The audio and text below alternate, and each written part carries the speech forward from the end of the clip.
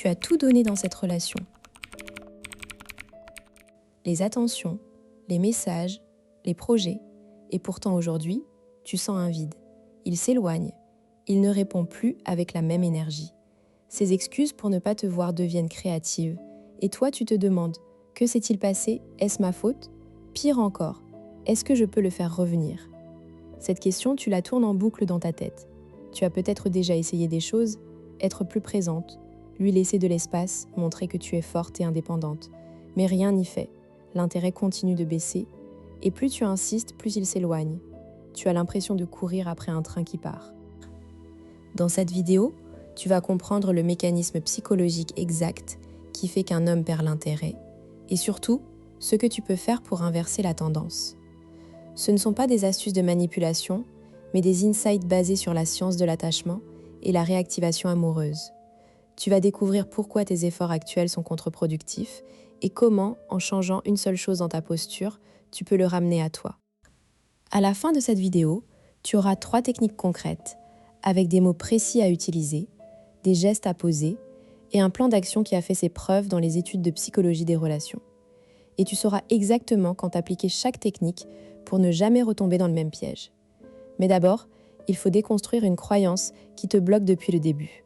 On t'a dit « sois distante, joue la indifférente, ne lui montre pas que tu tiens à lui ». Tu as peut-être même reçu ce conseil de ta meilleure amie ou d'une vidéo de coach en séduction. C'est un bon conseil en apparence, mais il rate complètement la cible. Pourquoi? Parce que la distance froide ne fait que confirmer à son cerveau qu'il avait raison de s'éloigner. Dans une étude récente de Brombaugh sur la réactivation amoureuse, on découvre que le cerveau masculin, face à un retrait affectif brutal, active les mêmes circuits que la douleur physique.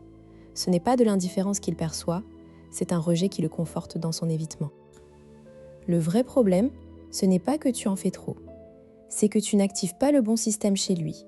L'homme ne perd pas l'intérêt parce qu'il te voit trop ou pas assez.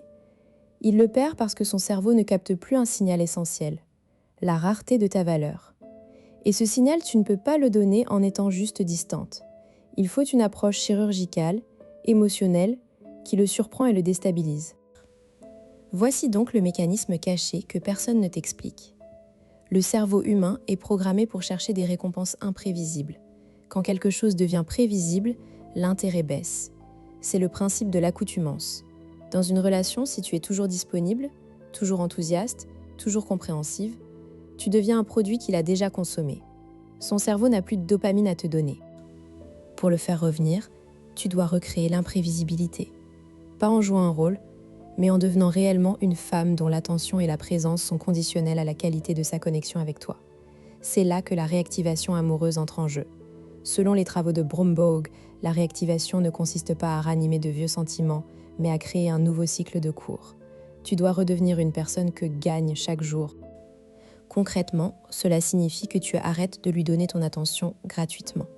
Tu la conditionnes à des démonstrations d'intérêt de sa part. Et tu accompagnes ce retrait d'une présence chaleureuse quand il fait les bons gestes. Tu n'es pas froide, tu es sélective. Et cette sélectivité, c'est ce qui le remet en chasse. Je vais te donner un exemple précis.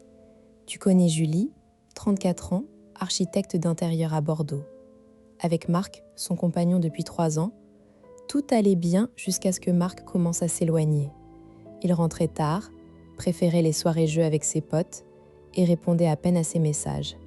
Julie a fait ce que beaucoup de femmes font. Elle a redoublé d'efforts. Elle lui préparait ses plats préférés, elle s'est mise à faire plus de sport. Elle a proposé des week-ends surprises. Résultat, Marc s'est enfoncé dans son attitude. Plus Julie en faisait, plus il se sentait étouffé et moins il avait envie d'être avec elle. Un soir, Julie a craqué. Elle a pleuré devant lui demandant ce qui n'allait pas.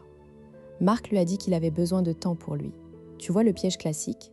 À ce moment-là, j'ai travaillé avec Julie dans le cadre d'une simulation de consultation, je précise. Je lui ai dit d'arrêter immédiatement les frais. Le lendemain, elle a cessé les initiatives. Plus de messages le matin, plus de propositions de sortie. Marc a mis 3 jours à réagir. Il lui a envoyé « Tout va bien ?» Julie avait pour consigne de répondre de façon chaleureuse mais brève. Elle a écrit « Oui, très bien. Je suis occupée en ce moment. On se parle plus tard. » et elle a éteint son téléphone. Marc a rappelé 2 heures plus tard. Julie n'a pas décroché. Le soir, elle a envoyé un message. « Bon, ma journée a été longue. Je suis crevée. Bisous. Pas de questions, pas d'invitation. » Le lendemain, Marc a proposé de l'emmener dîner, sans raison. Julie a accepté avec enthousiasme. Au dîner, elle a été drôle, passionnée, mais elle n'a pas abordé la relation. Elle a parlé de son nouveau projet de rénovation, de son envie de partir en Italie. Marc était captivé. Il a dit « On dirait que tu vas bien ». Elle a répondu « Très bien, je suis heureuse ». Quelques jours plus tard, Marc a spontanément proposé de passer tout un week-end ensemble. Julie a fait comme si c'était un plan parmi d'autres. « Ce week-end, j'ai un truc samedi après-midi, mais on peut s'arranger dimanche ». Marc a insisté pour bloquer tout le week-end. Elle a accepté avec un sourire. Aujourd'hui, leur relation est plus équilibrée. Julie a compris que la clé n'était pas de se faire désirer par absence, mais par présence conditionnelle. Elle n'a pas joué un personnage. Elle est devenue sa priorité en faisant de sa propre vie une priorité absolue. Comment tu appliques cela à ton cas ? Commence par un diagnostic honnête. Est-ce que tu as été trop disponible ces dernières semaines ? Trop arrangeante ? Si oui, il est temps de reculer d'un pas. Mais ne le fais pas avec colère ou reproche. Fais-le avec une légère désinvolture, comme si tu étais absorbé par quelque chose de plus important. Regarde ensuite ses réactions. S'il semble indifférent à ton retrait, prolonge-le. S'il montre des signes de curiosité, message soudain plus fréquent, question sur ce que tu fais, c'est le signal vert. Tu peux alors initier un échange chaleureux, mais court. Tu veux qu'il vienne vers toi, pas l'inverse. Pourquoi tout cela est crucial ? Parce que la dynamique que tu installes maintenant décide de tout. Si tu cèdes à la panique et reviens vers lui plus vite qu'il ne vient à toi, tu as perdu. Son cerveau enregistre que tu es toujours disponible malgré son manque d'intérêt. Aucun retour possible après ça. Il te mettra dans la case acquis et tu n'en sortiras plus. En revanche, si tu arrives à garder cette position de rareté émotionnelle, non seulement tu as une chance de le faire revenir, mais en plus tu établis une relation future plus saine. Parce que la réactivation amoureuse, c'est aussi le début d'un nouveau contrat relationnel. Tu dis « Je suis précieuse et mon temps ne t'est pas dû ». L'enjeu n'est donc pas seulement de le récupérer, c'est de devenir la femme que les hommes veulent conquérir constamment. Et ça change tout pour toi. Maintenant, voici 3 techniques concrètes. La première, le retrait progressif avec amorce positive. Étape 1, repère un moment où la communication est neutre ou froide. Étape 2, arrête d'initier toute conversation pendant 48 heures. Ne réponds pas non plus à ces messages banals, les quoi de neuf. Étape 3, au bout de 48 heures, envoie-lui un message très court mais chaleureux. Je pense à une soirée qu'on avait passée. Ça m'a fait sourire. Bonne journée. Puis, éloigne-toi à nouveau. Ce message active la nostalgie positive sans pression.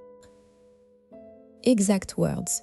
Salut Marc, je viens de voir une photo de notre week-end à Arcachon. Ça m'a fait sourire. Bisous. Pas de questions, pas de propositions. Il doit venir chercher la suite. Deuxième technique, l'imprévisibilité émotionnelle. Le but est de le surprendre dans son attente. Quand il s'attend à ce que tu sois triste, montre-toi joyeuse. Quand il s'attend à ce que tu sois en colère, sois indulgente. Mais pas tout le temps. Par exemple, s'il annule un plan à la dernière minute, au lieu de te fâcher, comme il le prévoit, réponds « Pas de souci, j'avais justement envie de me poser ce soir. On remet ça quand tu veux. » La surprise déclenche une réévaluation. Elle n'est pas dépendante de moi. Elle a une vie. Troisième technique, le testing de disponibilité émotionnelle. Pose une question ouverte sur lui, mais à un moment où tu es sur le point de partir. Exact words. 10. Tu m'as dit que tu avais un truc important au boulot. Ça s'est arrangé ? Puis immédiatement enchaîne. Bon, je dois y aller, mais dis-moi vite fait. S'il répond en détail, il est investi. S'il élude, il est en retrait. Dans ce cas, ne relance pas. Reprends le retrait de 24 heures. Tu vas peut-être me dire, mais si je fais tout ça, je vais avoir l'air de jouer un jeu. Ce n'est pas authentique. Je te réponds, l'authenticité, ce n'est pas la transparence absolue. L'authenticité, c'est agir en accord avec tes besoins. Ton besoin est d'être avec quelqu'un qui te désire. Ne pas mendier de l'attention, c'est authentique. Te respecter, c'est authentique. Les techniques ne sont que des moyens pour restaurer ton pouvoir en respectant tes limites. Autre objection, il va croire que je ne l'aime plus. S'il le croit, c'est qu'il se pose des questions. Bon signe, la réactivation demande qu'il doute de ton attachement. Pas que tu sois distante au point de paraître indifférente. La différence est subtile mais nette, tu es chaleureuse quand il fait l'effort et occupée quand il ne le fait pas. Enfin, et si ça ne marche pas? Alors, c'est qu'il n'était pas prêt à faire l'effort. Et toi, tu es libérée pour rencontrer quelqu'un qui te choisit chaque jour. Mais laisse-toi au moins 3 semaines de pratique. Les mécanismes d'accoutumance ne se défont pas en un week-end. Alors, rappelle-toi de Julie et de son retrait progressif. Rappelle-toi que la rareté, ce n'est pas le silence, c'est la valeur de ta présence. Si tu veux qu'il revienne, redeviens celle qu'on gagne. Et la prochaine fois que ton téléphone sonne et que son apparaît, tu sauras quoi faire.